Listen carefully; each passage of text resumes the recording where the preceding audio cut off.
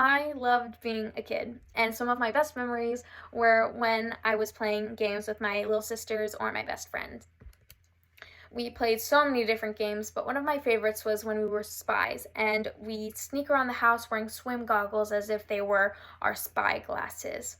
For children, a fantasy world is only a thought away, but have you ever tried to play with another child and found that you're struggling to keep up with their imagination or to even have an imagination of your own? Well, I noticed that adults seem to lose the ability to think as creatively as the younger population. So I sought out an explanation and found out that children's imaginations change during childhood, but eventually they fade. Development of the brain, as well as social and environmental impacts, are what lead to the changing and weakening of one's imagination. And imagination is one of the biggest parts of a child's play. And according to a journal from former sociologist and researcher at the University of Minnesota's Institute for Child Development, Mildred Parton Newhall, she found that children have different preferences of play depending on age range, and it also ranges in imagination involvement in play. So from birth to 2 years, children are feeling objects and toys, getting to know how they operate, and they're also observing and getting to know the world around them, so they have yet to create their own fantasy world. At age 2, children will begin to entertain themselves in pretend play. For example, if a child has a baby doll, they will treat it as if it was real, being gentle, rocking the baby, putting the baby to bed, maybe kissing it goodnight. And yes, this is a picture of me, but these roles are those that they are already familiar with, that they've seen before in their lives, or maybe on television or heard in a book. And after 4 years is when a child takes on a role such as a doctor or a superhero or maybe a princess, and they really enjoy playing in these roles of power.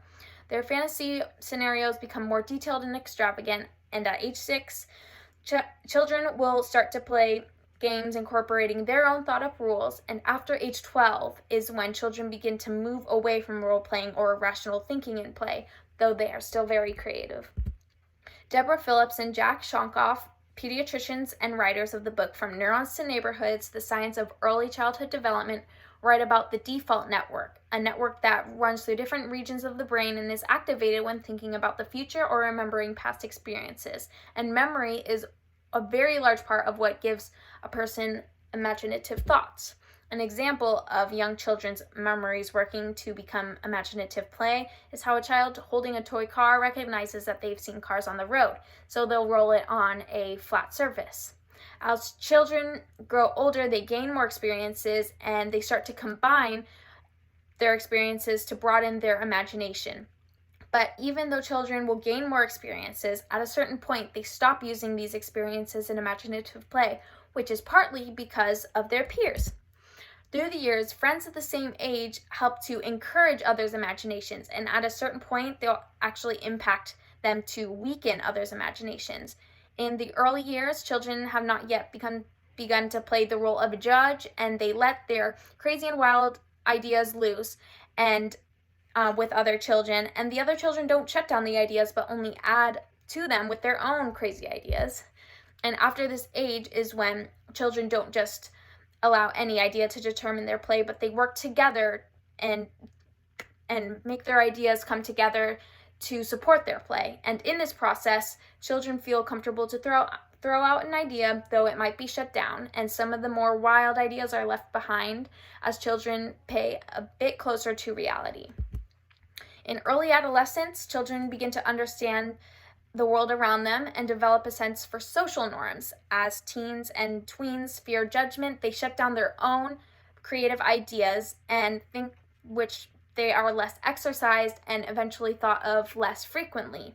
And in the modern day, screen time and exposure to smart devices have taken a toll on the younger population's ability to imagine for play.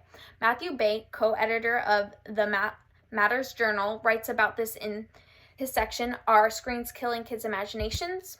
He writes how when a parent gives a child a screen to play on, the child's ability to create what they're imagining in a tangible way is being cut off. Without a screen, children are remarkably able to take any ordinary object and make it into something completely different. There are no rules and sky's the limit. But with a device, children must play within the pre-programmed game with no allowance of creating on their own terms. In a video game, if you have a stick, there might be a specific use for the stick, possibly to make a fire depending on the game, but right outside the door where the child is playing that video game, there's a real stick that can serve as a sword, a microphone, a magic stick, or anything else under the sun.